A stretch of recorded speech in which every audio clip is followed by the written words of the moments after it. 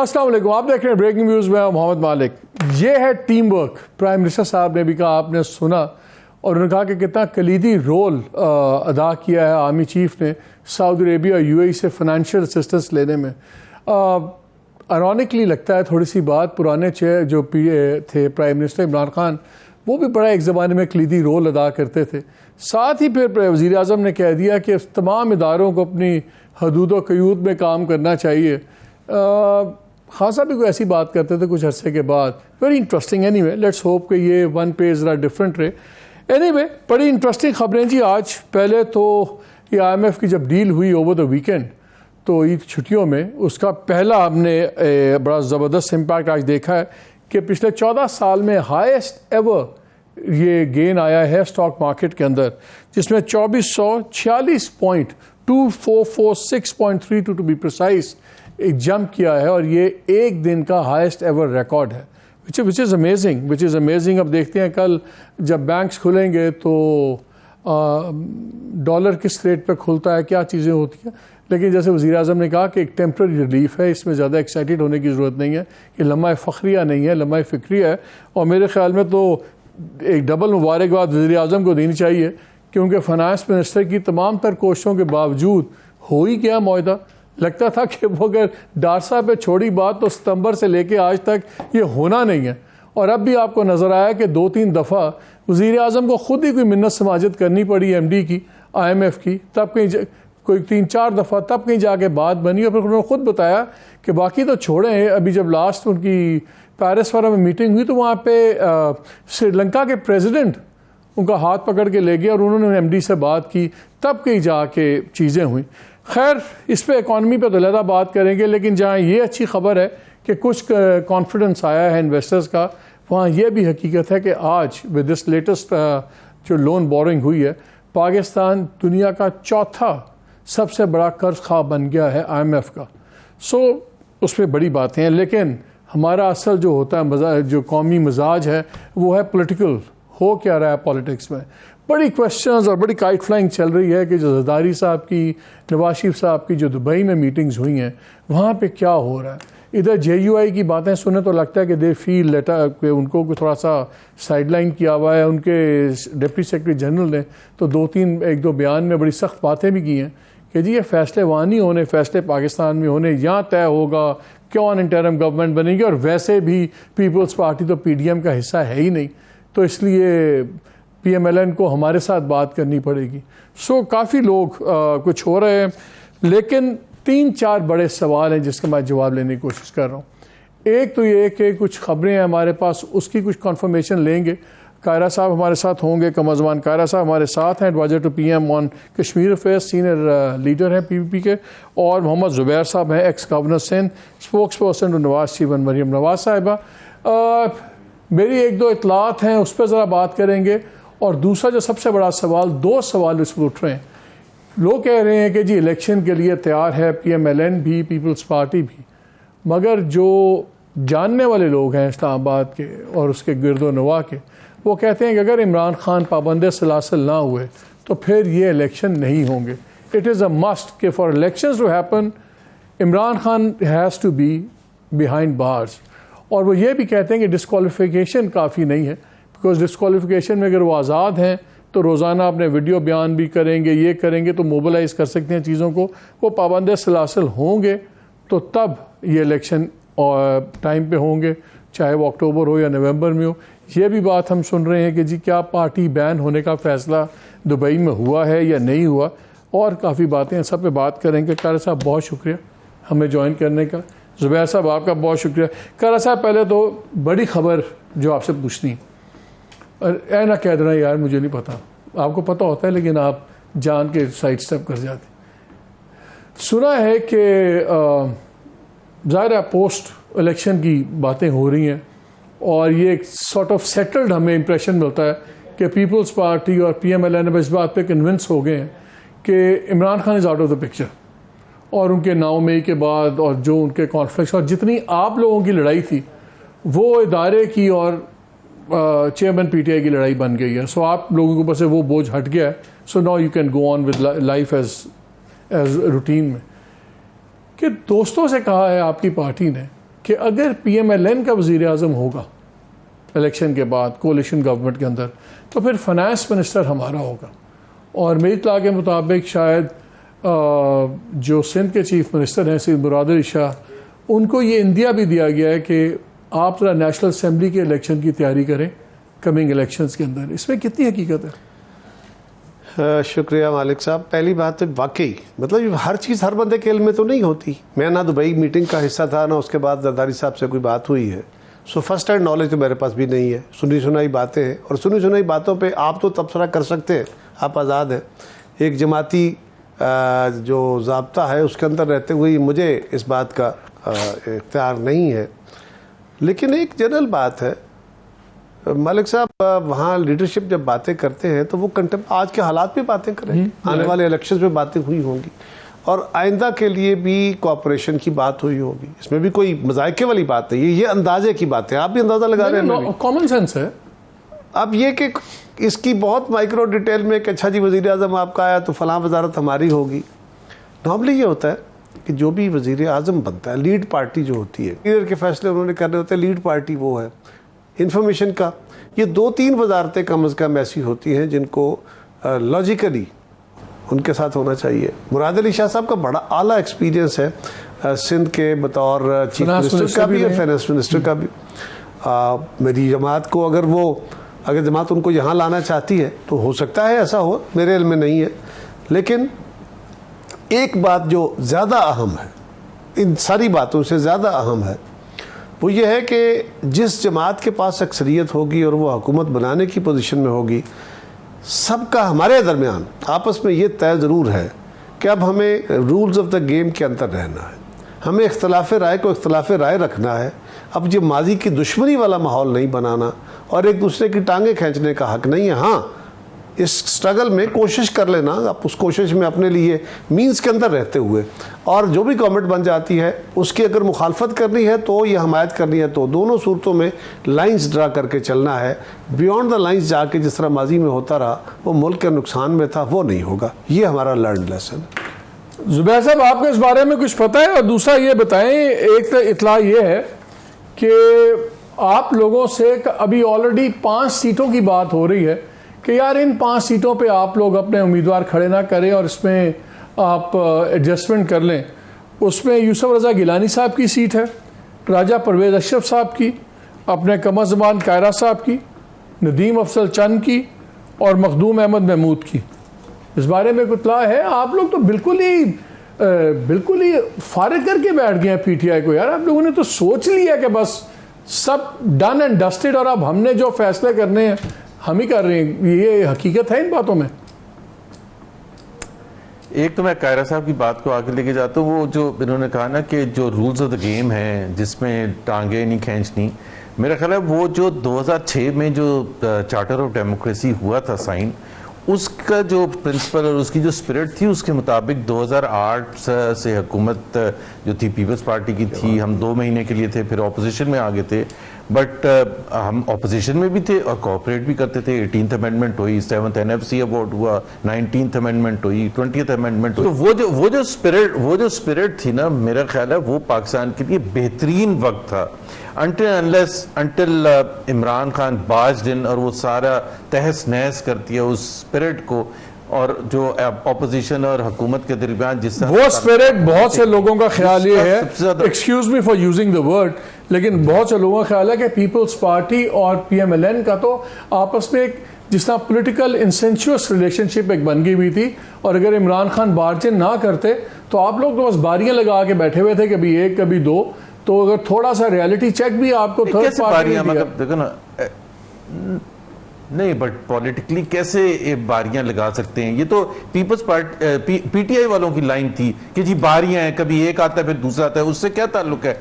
आज भी अगर हम ये कहें कि पीपल्स पार्टी अपनी पूरी कोशिश करेगी, पीएमएलएन भी कोशिश करेगी कि लीड पार्टी हो इलेक्शंस में। इसमें तो कोई दो राय नहीं है। Why would Peoples Party not want to be the leading party और why would PMLN not want to be the leading party? तो फिर यही 2010 फिर आप खुल के इलेक्शन क्यों नहीं लड़ते उनके साथ? फिर आप उनके बंदे तोड़वा क्यों रहे हैं? सबके जमीर जाग क्यों रहे हैं? आज परवेज खटक साहब को भी बड़ी चीजें, पीटीआई के परवेज खटक साहब को भी बड़ी चीजें आज याद आ गई। सबको हर 2-2 दिन के बाद चीजें याद आती हैं और जमीर जाग रहा है। फिर अपनी लड़ाई खुद लड़े। तो फिर आप लोग इंस्टीट्यूशन के पीछे क्यों खड़े हुए?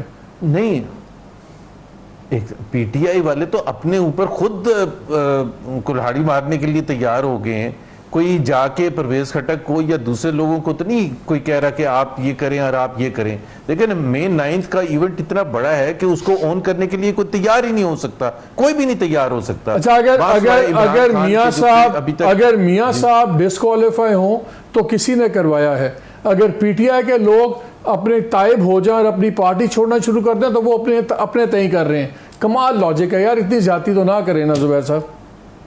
माने कि फिर आपको फिर माने कि मियां साहब को जिसने किया वो फिर ये भी हो रहा है। डोंट से कि एक जगह वॉलंटियर हो रहा है। अगर तो मियां साहब 9 मई करके तो उनके साथ ये हुआ तो फिर तो वाकई किसी ने, फिर तो रिजेम्बलेंस होगी। यहाँ सूरत हाल बहुत मुख्तलिफ है। 9 मई से पहले की सूरत हाल इमरान के लिए ये नहीं थी और ये इमरान ने ऑप्ट किया है। ये उनका अपनी चॉइस है, ये हमारी कंपल्शन नहीं है, ये किसी ने उन पर थोपा नहीं है। बैन होनी चाहिए मैं कह रहा हूँ बिल्कुल, जमातों को बैन करने का कोई फायदा नहीं होता। हमारी जमात बैन हुई थी तो क्या हम इलेक्शन से बाहर हो गए थे? ये ख्वाब है। इस तरह की बातों का कोई तसव्वुर नहीं है मालिक। लेकिन दूसरी बात यह है कि इमरान खान ने पूरा 8 महीने एक एक्सरसाइज की, अपने लोगों से हलफ लिए जलसों में, मीटिंगों में, सब जगहों पे कि आप खड़े हो जाओगे। किसके खिलाफ खड़े होना तो था? अभी तक केस क्यों नहीं हुआ? अभी तक हम देख रहे हैं हम डिसमेंटलिंग नहीं, let's have a honest discussion. हम देख रहे हैं कि एक पॉलिटिकल एडिफिस था पीटीआई का, उसकी डिसमेंटलिंग हो रही है। लेकिन अगर 9 मई ही असल चीज़ है तो फिर अब तक केस क्यों नहीं हुआ? क्यों नहीं ट्रायल की बात शुरू हुई? क्यों नहीं अभी तक एफआईआर तो नहीं कटी? देखिए मसला एफआईआर तो कटी हुई है। नहीं वो दूसरी है, आपको पता नहीं कि स्पेसिफिकली जो है स्पेसिफिकली एफआईआर का इशू इस तरह नहीं होगा। देखिए मुझे नहीं पता, उसमें हो सकता है किसी का कसूर है किसी का नहीं है, तो ये तो नहीं है ना कि किसी को फोकस करके अपने एफआईआर काटनी है। एफआईआर कटी, उस पर लोग पकड़े गए, इन्वेस्टिगेशन होगी, उसके पीछे कोई मास्टरमाइंड है नहीं करके करना है। आप लोगों ने करारदाद पेश की पार्लियामान के अंदर जिसके अंदर लिखा हुआ कि एक पार्टी और उसके चेयरमैन, इसके खिलाफ पूरी कार्रवाई होनी चाहिए। फोकस क्या पार्लियामान की करारदादों से जब डीजी आईएसपीआर की प्रेस कॉन्फ्रेंस हुई उसमें भी स्पेसिफिकली फोकस। सवाल यह है कि क्या एफआईआर पार्लियामान की करारदादों से होनी है या डीजी आईएसपीआर की प्रेस स्टेटमेंट से? एक्शन की बात हो रही है, एक्शन मांग रहे हैं। मैं वही गुजारिश करता हूँ, जिस दिन ये इंसिडेंट हुआ उस इंसिडेंट की एफआईआर हुई हैं, उसकी इन्वेस्टिगेशन हो रही है। उसकी इन्वेस्टिगेशन के तहत जो जो लोग पकड़े जाएंगे, आखिर इसके डंडे तो मिलाए जाएंगे ना कि कहीं बैक से कोई पीछे कोई तनाबे खींच रहा था कि नहीं। अगर खींच रहा था तो कौन था, नहीं था तो फिर आइसोलेटेड इंसिडेंट होगा। दूसरी गुजारिश यह है कि हम कब कह रहे हैं, हम तो पाबंदी के हक वाले नहीं हैं, बट सवाल ये है भाई, आज इमरान खान साहब को अगर फर्ज कर उनके ऊपर केस नहीं बना या क्या हो रहा है, आप ये भी एक मीडिया के अंदर सवाल शुरू हो गए। इतने महीने हो गए किसी के खिलाफ कोई सबूत तो नहीं आया। कितने महीनों से इमरान खान साहब ने अदालतों में पेश होने से एतराज़ किया है, यानी नैब बुलाता है और वो नैब आज उन्होंने chief justice Islamabad high court के खिलाफ भी कर दिया कि मुझे एतबार नहीं होगा। नहीं, वो उनको नहीं होगा, उनको सारे जग पे नहीं है, इमरान को सिवाय अपनी ज़ात के किसी पे एतबार नहीं रहेगा। लेकिन सवाल ये है कि आज सिंपल सवाल आपसे मेरा है, या आपके ज़रिए मेरा सवाल है, खान साहब अगर किसी अदालत उनको बुलाती है, नैब बुलाती है, फ़र्ज़ करें वहाँ इन्वेस्टिगेशन हो रही है, सच्ची है झूठी है बाद में उसका छोड़ दें, हक़ाइक़ क्या है। एक इदारे ने बुलाया वो नहीं जाते, दूसरी दफ़ा बुलाया नहीं जाते, तीसरी दफ़ा बुलाया नहीं जाते।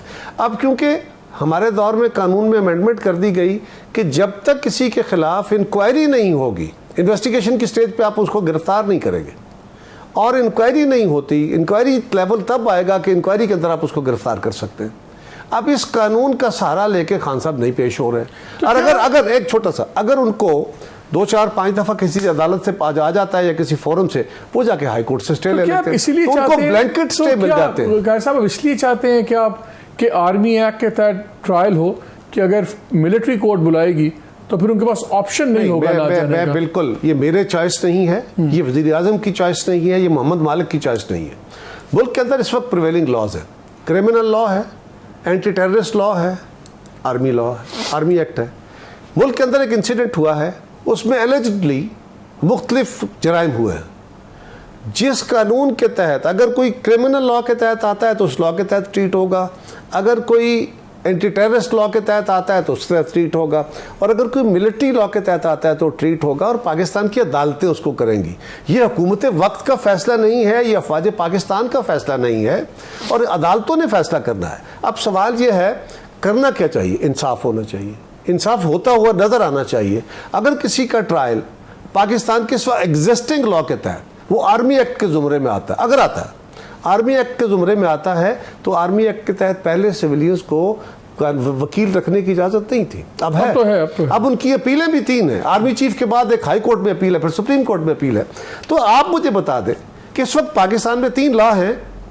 अगर कोई ऐसा जुर्म जो आर्मी एक्ट के जुमरे में आता है, ये आप और मैं यहां बैठ के फैसला तो नहीं करेंगे ना, ये अदालत फैसला करेगी कि क्या ये आर्मी एक्ट के तहत ट्रायल। अदालत जो कुछ फैसले कहती है वो लोग आप मानते नहीं। कौन सा 14 मई का आप लोगों ने 14 मई का फैसला हमने अदालत को पहले कहा था, अदालत के अपने जजेस ने कहा था, अदालत को उनके वकीलों ने कहा था, पाकिस्तान के वकला की बार्स ने कहा था, फैसला मुतनाज़ा फैसला इसलिए हुआ कि उसी बेंच के जजेस ने कहा। ऐसा फैसला मुतनाज़ा नहीं होता, हर फैसला मुतनाज़ा होता है, जो हारता है उसके लिए मुतनाज़ा होता है। देखिए, एक होता है फैसले के ऊपर इत्मीनान, एक है उस फैसले के अंदर बैठने वाले जजेस का है, उस फैसले के अंदर खड़े होने वाले बहस दूसरी तरफ चली जाएगी। बार काउंसिल जुबैर साहब मुझे एक चीज बताएं, कंपैरिजन ये ड्रा नहीं हो रहा, ठीक है, उसमें that is a separate debate. Zubair साहब ये बताएं, एक तासुर बड़ा स्ट्रांग है तारुक खिलाफा में कि ये अगर इलेक्शन होने हैं, ये तभी होंगे अगर चेयरमैन पीटीआई को डिस्क्वालीफाई, उसके कहते हैं इज नॉट इनफ, कि उनको पाबंदे सिलासिल होंगे तो इलेक्शन होंगे, ताकि वह ना वो रोज़ का अपना कोई सोशल मीडिया पे पैगाम निकाल सकें एड्रेस टू द नेशन, ना वो कोई डायरेक्ट कांटेक्ट कर सकें अपने लोगों के साथ, और वो इलेक्शन के अंदर वो मोबिलाइज ना कर सकें लोगों को। क्या आने वाले इलेक्शन खान की गिरफ्तारी से जुड़े हुए? नहीं, बिल्कुल नहीं, ये पॉलिटिकल एनालिसिस, बल्कि सजा, गिरफ्तारी भी नहीं, सजा से जुड़े हुए। नहीं, मैंने कहा ये तो पॉलिटिकल एनालिसिस का हिस्सा हो सकता है कि जी इमरान खान साहब जेल के अंदर बंद हों, डिस्क्वालीफाई हों, क्या सूरत हाल हो जब इलेक्शंस होने चाहिए, लेकिन इसका लीगल मैटर से या इलेक्शन के टाइम से कोई ताल्लुक नहीं है, कोई ताल्लुक नहीं है। आज तो वो डिस्क्वालीफाई भी नहीं है और ना गिरफ्तार हैं, तो क्या वो इस वक्त हैं कंपीट? आप खुद नहीं उनको बीच में लेके आ रहे as a major player in the electoral process, आप खुद नहीं लेके आ रहे। कोई भी टॉक शो होस्ट या न्यूट्रल एनालिस्ट जो है वो पीटीआई का तो डिस्कशन ही नहीं करता ना कि पीटीआई के क्या चांस है। आज भी आपने जो सवालात किए उसमें पीपल्स पार्टी और पीएमएलएन को मेजर पॉलिटिकल पार्टीज के तौर पर आप प्रेजेंट कर रहे हैं as battling out for the election. आपने कितनी मासूम बात की है ना, कितनी मासूम बात की है कि जिस पार्टी के चेयरमैन पे हर वक्त आपकी क़यादत बात करती है और सारे बात करते हैं, और उसके पर अगर हम बात करने में कुछ कयूद हैं तो then I think that speaks volumes. नहीं, मालिक मैं वो नहीं कह रहा कि वो उस हद तक तो बिल्कुल एनालिसिस हो सकती है, हर एक की अपनी राय हो सकती है कि पीएमएलएन के लिए या पीपीपी के लिए या पाकिस्तान के लिए क्या बेहतर होगा कि इमरान खान अंदर बंद हों, डिस्क्वालीफाई हों। बट मैं सिर्फ ये कह रहा हूं उसका इलेक्शन की डेट का तयन करने के लिए कोई ताल्लुक नहीं है। इलेक्शन अभी तो लॉ भी बन चुका है कि जी इलेक्शन कमीशन का काम है, इलेक्शन कमीशन जब भी वो डिटर्मिन करेगी, अगर अगस्त 13 या 14 जब भी असेंबली डिसॉल्व होगी आफ्टर 5 इयर्स, तो फिर अक्टूबर की कोई डेट होगी, और अगर अगस्त 14 या 13 से पहले अगर डिसॉल्व कर देती है हुकूमत, जो उसका राइट है, तो फिर नवंबर में होगी। ये है 2 डेट्स और कोई तीसरी डेट नहीं है। जुबैर साहब एक छोटी सी मैं आपसे एक बात कर लूं सर, ये थीसिस जो खड़ा कर रहे हैं आप कि कहा जा रहा है, पहली बात तो यह है कि विस्परिंग के ऊपर बात क्या की जाए, वो हमारी डिबेट्स का हिस्सा नहीं होती, पॉलिटिक्स के अंदर बातें निकलती हैं, मैं गुजारिश करता हूं, और फिर बाद मैं उसके ऊपर 6 माह पहले उसकी लॉजिक भी बताता हूं, उसकी लॉजिक भी पूछ लेता हूं, मैं आपसे पूछ लेता हूं। अर्ज यह है कि ये गवर्नमेंट हमारी जो असम्बलियों की मुद्दत है ये ख़त्म होनी है 14 तारीख को या 12 तारीख को। ठीक है, हमारी जमात ने बशमूल वज़ीर आज़म साहब ने ये बात कह दी है कि जिस दिन असम्बलियों की मुद्दत ख़त्म होगी हम चले जाएंगे, केयर टेकर गवर्नमेंट आ जाएगी। केयर टेकर गवर्नमेंट जो है उसके बाद उसने 60 या 90 डेज में इलेक्शन कराना है। हाँ, डिपेंडिंग। अब कोई 35 दिन 36 दिन रह गए हैं या 40 दिन मैक्सिमम रह गए। आज अगर 4 तारीख है, 14 को भी जाए तो 40 दिन रहते हैं। क्या 40 दिन के अंदर कोई इन्वेस्टिगेशन करके ट्रायल हो के खान साहब कन्विक्ट हो सकते हैं? 90 दिन के अंदर तो हो सकते हैं। नहीं, मेरी गुजारिश सुने ना, 40 दिन के बाद प्रोसेस शुरू हो जाना है। 90 दिन में हो गए, अच्छा ट्रायल कोर्ट से हो गए, उसके बाद हाई कोर्ट बैठी नहीं है, उसके बाद सुप्रीम कोर्ट। लेकिन ये ग्राउंड ग्राउंड रियलिटी अपनी जगह देखे ना, फिर विक्टिम का अपना एक होता है। हाँ। सवाल ये है कि अगर उनको फर्ज करें, आपका थीसिस मैंने सुन लिया, मान लिया, ट्रायल कोर्ट में सजा होगी 90 दिन में, 90 दिन से पहले प्रोसेस शुरू हो गया, उनके नॉमिनेशन हो चुके होंगे, सिर्फ merely conviction from A trial court, उनके नॉमिनेशन तो नहीं रहेंगे, हाई कोर्ट में जाके बहाल हो जाएंगे, सजा सस्पेंड हो जाएगी, फिर क्या होगा?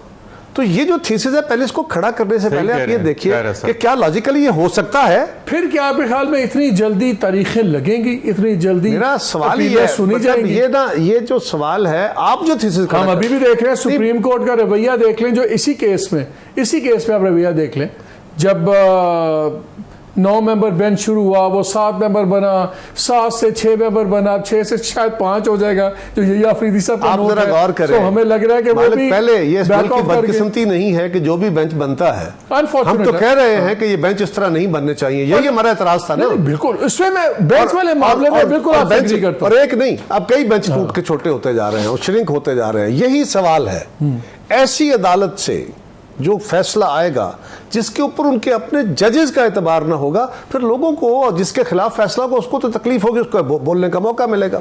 हमारा आज भी सवाल सिंपल ये है कि भाई जो अदालत का काम है उसे करने दें। इमरान खान के खिलाफ बिल्कुल एक पूरी एक एक्शन हुआ उसकी जमात के, इसलिए कि उन्होंने जो कुछ किया है आप उसको जस्टिफाई कर सकते हैं। 9 मई को तो कोई भी नहीं कर सकता, उसके बाद उसका एक एक्शन होना है, कोई जस्टिफाई। हमारा सवाल यह है कि वो एक्शन हुआ। आज देखें, आज मैं छोटी सी अब हुई है 24 घंटे, छोटी सी मैं कर मेजर हैज बीन मार्टर्ड, 6 जवान मारे गए, छोटी सी रोज होती है शादी, मालिक छोटी सी गुजारिश कर। आज अगर गौर करें, आप मोहम्मद मालिक को तो मैं जानता हूं ना, मोहम्मद मालिक तो पाकिस्तान के बड़े बारसूख साफियों में है, जिसकी दूर तक हर जमात के अंदर लोगों में दोस्तियां हैं। आप अपने दिल पे हाथ रख के कह सकते हो कि Parvez Khattak was happy with Imran Khan?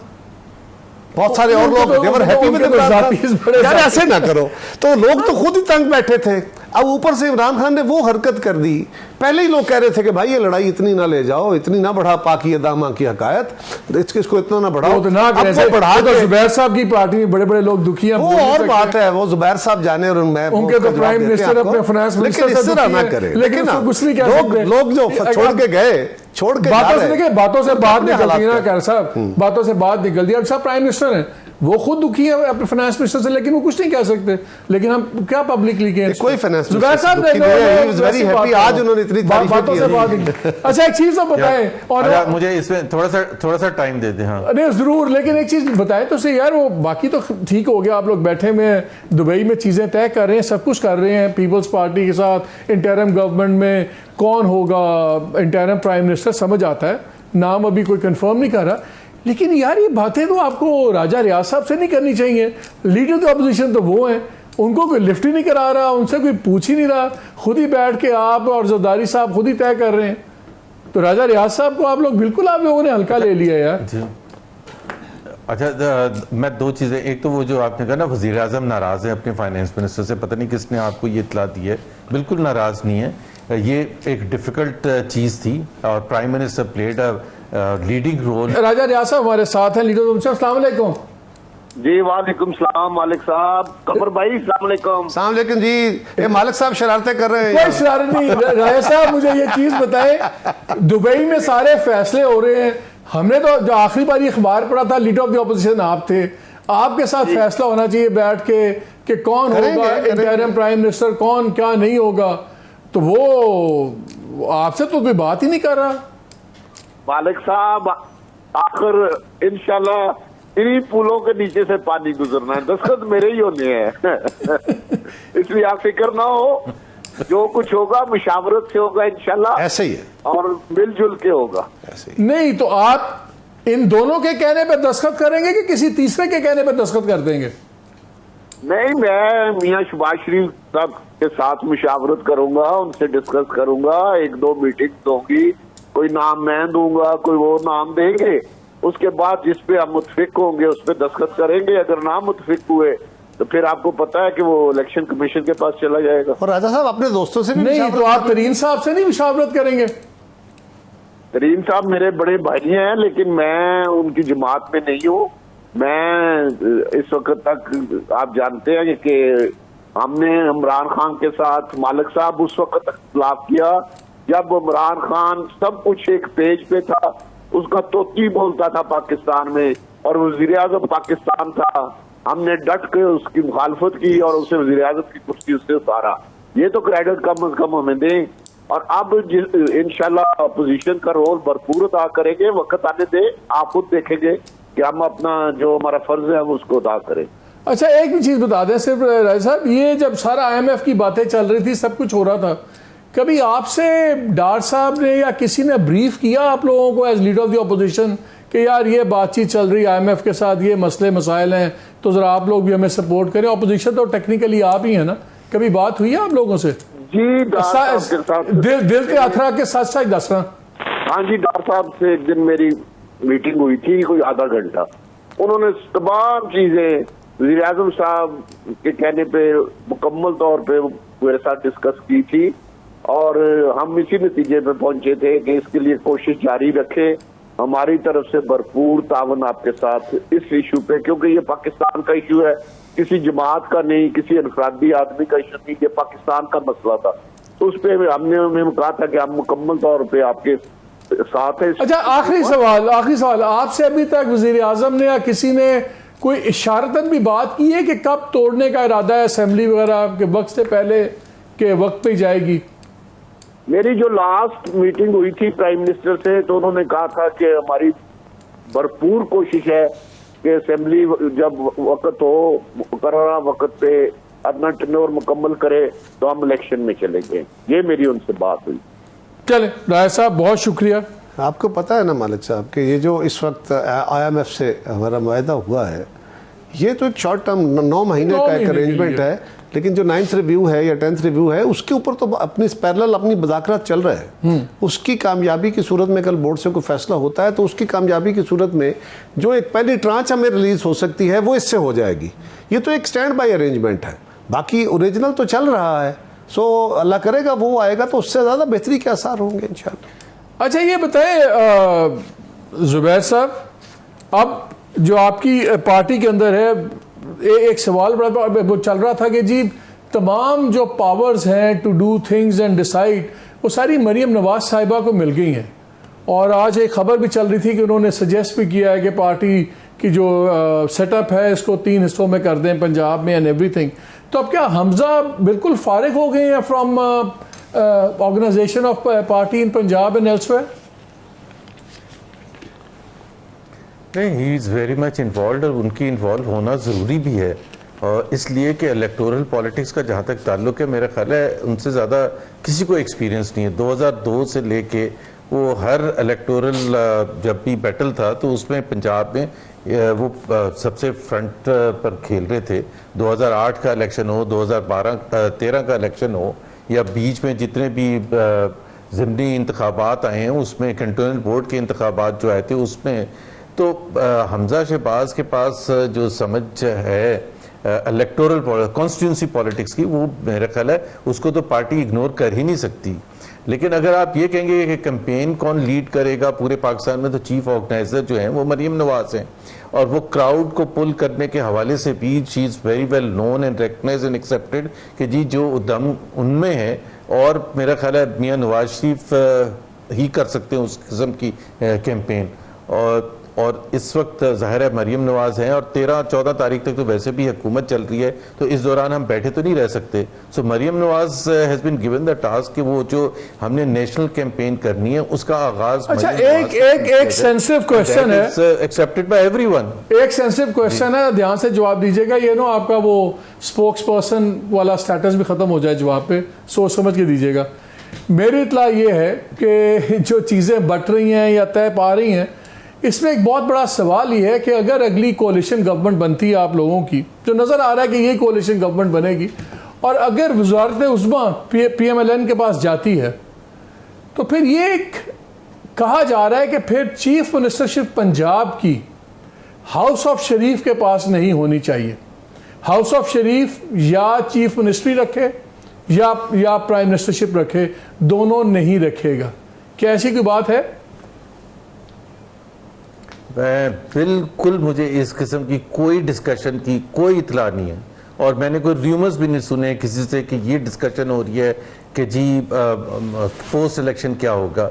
क्योंकि मैं एक चीज़ जो कॉन्फिडेंस के साथ कह सकता हूँ कि तमाम फैसले जो हैं, और सब समझते हैं कि ये मियाँ नवाज शरीफ ने फैसले करने, और मेरा ख्याल है सब उसको एक्सेप्ट करेंगे। ख्याल क्या है, मुझे बिल्कुल 100% यकीन है कि तमाम लोग एक्सेप्ट करेंगे। ये हमेशा से एक जाहिर सी बात है, उसमें ओपिनियन तो ज़रूर हो सकता है जो आप बात कर रहे हैं, लेकिन ऐसी कोई डिस्कशन इस वक्त तक ऑन ग्राउंड नहीं है। चले मैं ब्रेक लेता हूँ। ब्रेक के लिए बार बार कहा जा रहा है, उसके बाद एक बहुत सेंसिटिव सवाल भी है।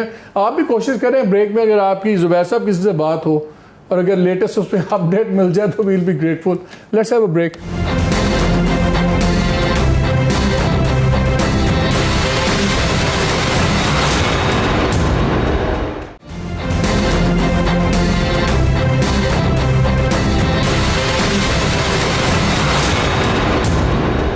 Back to the show. वैसे कह रहा साहब, एक ये बताइए, पंजाब में जो चौधरी शुजात साहब 2 दफ़ा मिले हैं जाके परवेज़ इलाही साहब से, और वो कहते हैं कि जब तक परवेज़ इलाही साहब doesn't make up his mind या प्रेस कॉन्फ्रेंस नहीं करेंगे तो कुछ होगा नहीं। कितना इम्पोर्टेंट है अगर परवेज़ इलाही वापस आ जाते हैं क्यू लीग में? क्या इसका पॉलिटिकल इम्पैक्ट क्या होगा? वापस आ जाने की सूरत पे क्यू लीग में जान पड़ेगी, यकीनन उनको स्ट्रेंथ मिलेगी, लेकिन उनके अंदर भी बहुत सारी लड़ाई है। मूनस वापस आएगा नहीं आएगा, क्या करेगा? और चौधरी साहबान के अपने जो चौधरी परवेज़ इलाही साहब का जो रवैया रहा है, क्या वो सबके लिए एक्सेप्टेबल हो सकता है कि नहीं? एक तो फैमिली है ना, तो दूसरा ये बाकी तो यूनिटी का नुकसान तो होता है ना, यूनिटी टूटे, और अगर आपस में भाई इकट्ठे हो जाते हैं तो उसका फ़ायदा होता है। पीटीआई को कितना नुकसान होगा किससे? अगर परवेज़ इलाही वापस आ जाए? मेरा ख्याल है कोई बड़ा नुकसान, कोई बड़ा नुकसान चाहिए। परवेज़ इलाही उनके लिए बड़ी स्ट्रेंथ भी नहीं है। अच्छा, ये जो हवा चली हुई है कि आप लोग बड़ा पीपल्स पार्टी जी बड़ी गेम कर रही है, हम प्राइम मिनिस्टर, अगला प्राइम मिनिस्टर हमारा होगा, कोई कह रहे जी शायद जरदारी साहब खुद वज़ीर आज़म बन जाएं, कोई कह रहे जी शायद वैसे बात होगी। आप कैसे पंजाब में कम से कम आपको 20-25 सीटें लेनी होगी just to be a contender, तो वो आपके पास है? मतलब चीज़ें बहुत तेज़ी से ना ओपिनियन बदलते हैं। पीपल्स पार्टी, मुस्लिम लीग, काफ लीग, पीटीआई, सबकी हुकूमतें लोगों ने देख ली है। अब लोगों के पास फेयर जजमेंट है। जो जरदारी साहब के सबसे बड़े मुखालिफ थे ना, जो पीपल्स पार्टी के बहुत बड़े मुखालिफ थे, आज वो भी ये बात मानने पे मजबूर है कि हालात के तहत बेहतरीन फैसले करने वाला, या जो वो कहते हैं ना चीज़ें जब फंस जाती हैं उससे निकालने के लिए अगर किसी में आर्ट है तो जरदारी साहब में, ये तो उनके मुखालिफ भी कहते हैं। सो ये लोग अब समझने, लोगों को भी इस बात की समझ आई है। तो हमारा ये ख्याल है कि इंशाल्लाह अब देखिए इलेक्शन का माहौल शुरू होता है तो यू विल सी बड़ी वाज़ेह तब्दीली देखेंगे। लेकिन एक और भी बात है, आप कह रहे हैं कि ये ख्वाहिश से ज़्यादा सीरियस बात है। ये सीरियस होगी इंशाल्लाह, बिल्कुल, आप यू विल सी इट। दूसरी बात यह है कि पीपल्स पार्टी के साथ कितनी जातियाँ हुई, 79 ऑनवर्ड हमारे साथ क्या नहीं हुआ मालिक। यानी 2002 में हम मेजॉरिटी पार्टी थे, हमसे बंदे तोड़ के पेट्रियट बना दिए गए। यार क्या खौफनाक नाम रख दिया गया। मुहब्बे वतन वो बन गए, वो मुहब्बे वतन थे तो हम तो गद्दारे वतन थे ना, जो अपनी जमात में बैठे रहे। पेट्रियट ऐसे काम ला रहे थे। मेरी गुजारिश ये है कि वोट बनाए गए, उसके बाद इमरान खान की गवर्नमेंट आई, पार्टी बनी, उसको स्ट्रेंथ मिली, फिर हमारे ही लोग तोड़े गए ना, हमारी जमात से लोग तोड़ के लाए गए। तो पीपल्स पार्टी का कारकुन एक तवील अरसे से मार खा रहा है और उसका ये ख्वाब नहीं है कि मेरा चेयरमैन, लेकिन आप कह रहे हैं कि serious possibility है। छोटा सा जुमला, क्या उसका ये ख्वाब दुरुस्त नहीं है कि मेरा चेयरमैन, जिस नौजवान लड़के ने, नौजवान आदमी ने वजीर खारजा बन के अपनी पोजीशन असर्ट किया और साबित किया है कि मुझे में हर पोजीशन पे खड़ा होने की अहलियत है। ये लोग कहते थे ना ये इनहेरिटेंस है, ये देखो जी इतने सीनियर लोग पीछे खड़े होते हैं। That young man has proved that he has ability. वो फॉरेन मिनिस्टर के तौर पे कोई एक गलती मुझे बता दे पाकिस्तान में से कि उन्होंने किसी फोरम पे पाकिस्तान को डिफेंड करते हुए कमजोरी। आप लोग तो ये बहस कर रहे हैं कि इलेक्शन के बाद शहबाज साहब दोबारा वजीर आजम बनेंगे या मियाँ साहब आके दोबारा वजीर आजम बनेंगे। पीपल्स पार्टी वाले तो कह रहे हैं भैया हम सीरियस तो बात हमें कर क्यों रहे हैं, नहीं भाई, हम आगे आएंगे तो इलेक्शन होगा जिसकी मेजॉरिटी, क्या हम आएंगे, मेजॉरिटी भी आएगी और आएंगे। चूंकि कायरा साहब ने जाहिर सी बात है पिच किया है पीपल्स पार्टी, उनका हक भी बनता है, उनको जाहिर है ख्वाहिश भी होगी और एज अ पॉलिटिकल पार्टी मैंने तो पहले भी कहा था जाहिर है they would like to be the lead party. लेकिन मेरा ख्याल है एक जहां पीपल्स पार्टी कैपिटलाइज, एक पीपल्स पार्टी जहां सोच रही थी कि कैपिटलाइज करेंगे वो इकोनॉमी थी और वो सारा का सारा जो गन था वो हमारे जिम्मे था, चाहे वो महंगाई का हो चाहे वो किसी और चीज़ का हो, हालात इन्वेस्टर कॉन्फिडेंस ना हो या जो भी चीज़ हो। आई थिंक वो बिल्कुल ही चेंज हो गया सिचुएशन आज ही के हालात अगर आप देखें, और आई थिंक आप भी एग्री करेंगे मालिक, तो आप इकोनॉमी तो आप ये कह रहे हैं, आप ये कह रहे हैं कि पीपल्स पार्टी ने बड़ी अक्लमंदी से, बड़े सियानेपन से अपने आप को इकोनॉमी वाले इशू से, डिसीजन मेकिंग से अलहदा रखा और वो सारा मलबा आप पे डलने दिया। अब आपके ख्याल में वो जरा मलबा हट रहा है, ब्लेम करते थे। हाँ, तो अब आपका ख्याल है इसलिए अब बेनिफिशियरी भी आप ही होंगे। नहीं, मैं कंप्लीट कर लूं। बिल्कुल, देखिए ना, ये था कि महंगाई हमारी, आज जो नंबर्स आए हैं सीपीआई इन्फ्लेशन के, बड़ा काफ़ी कम हुआ है कंपेयर टू लास्ट ईयर, और आगे आइंदा आने वाले महीनों में ऐसे ही लग रहा है कि मजीद कमी आएगी महंगाई में। तो अगर जिम्मेदारी भी हमारी बनती थी, गालियां भी हमें पड़ रही थी, तो बेनिफिट भी हमें होगा। ये एक वीकनेस आप कह सकते थे ना कि जी मुस्लिम, वो कह रहे हैं आपकी चालाकी फारग हो गई, हमारी चालाकी है ही नहीं। वो कह रहे हैं आपने आराम से मेशर से हाथ रखा हुआ था, इनको गालियां पड़ रही थी। मालिक का व्यू है, हमारा ऐसा कोई नहीं था, हम किसी को दाल लगा के नहीं बैठे थे एक दूसरे को, हम एक दूसरे के साथ कंधे से कंधा मिला के बर्डन शेयर कर रहे थे और इस मुल्क को चलाना। वो कहते हैं फाइनेंशियल नहीं किया आपने, हमने फाइनेंशियल किया, इसलिए कि जब टीम उनकी फैसले कर रही है तो नेचुरली ये कसर आएगा। बट अगर मुल्क के अंदर हालात खराब हुए होंगे या महंगाई होगी या मुश्किल, तो पीपल्स पार्टी भी उसी का हिस्सा है। आप इनके 100% इकोनॉमिक फैसलों को सपोर्ट करते हैं? देखिए, हमारी कई जगहों पे इख्तलाफ, हमारी जमात के अंदर इख्तलाफ नहीं होता, हमारी जमात के अपने अंदर। इनकी बात छोड़े, अपनी जमात छोड़े, इनकी बात मैं गुजारिश करता हूँ, हर जमात के अंदर होता है, इत्तेहाद के अंदर जो मुख्तलिफ जमातें होती हैं उनके अंदर होता है, लेकिन वो इख्तलाफ राय है, बेहतरी के लिए है। वहाँ से जो पॉलिसी निकलती है अल्टीमेटली सारी जमातें उसको सपोर्ट करती है। डिस्कशन में तो वैसा वो कह रहे हैं यार हम आपके साथ बोझ उठा रहे थे, आप क्यों कह रहे हैं कि अकेले आपको सारा बोझ उठाना पड़ा? नहीं, मैं जनरल परसेप्शन जो आ रहा था ना, जिसकी वजह से हमें, ये तो मालिक कह रहा है, मैं असल में मसला ये है कि मालिक कह रहा है, हम दोनों नहीं कह रहे। आप दोनों की आप दोनों की तो सर 500 आप लोगों ने एक दूसरे को क्यों? कायरा साहब ने, देखिए बात सुने, आपकी सियासत और लड़ाई कोई तीसरा लड़ रहा है, आप तो आपस में बैठ के बांट रहे हैं, आपने एक दूसरे को क्यों कुछ कहना है? तेरा की दिल करता है। अच्छा, मेरा एक स्टेटमेंट सुन लेना, मेरे एक स्टेटमेंट सुन लें मालिक, फिर हमें भी उसका क्रेडिट लेने दें फॉरेन मिनिस्टर की परफॉर्मेंस का। Yes of course, foreign minister क्यों नहीं जी, ये इत्तेहाद है। चले से मेरा वक्त खत्म हो गया, वरना ये जो पीपल्स पार्टी और पीएमएलएन की अंजुमन सताइश बामी थी, इसकी हम मीटिंग में थोड़ी सी और बातें सुनते, लेकिन ये तो आने वाले दिनों में पता लगेगा ये कितना प्यार है, कितना मोहब्बत है।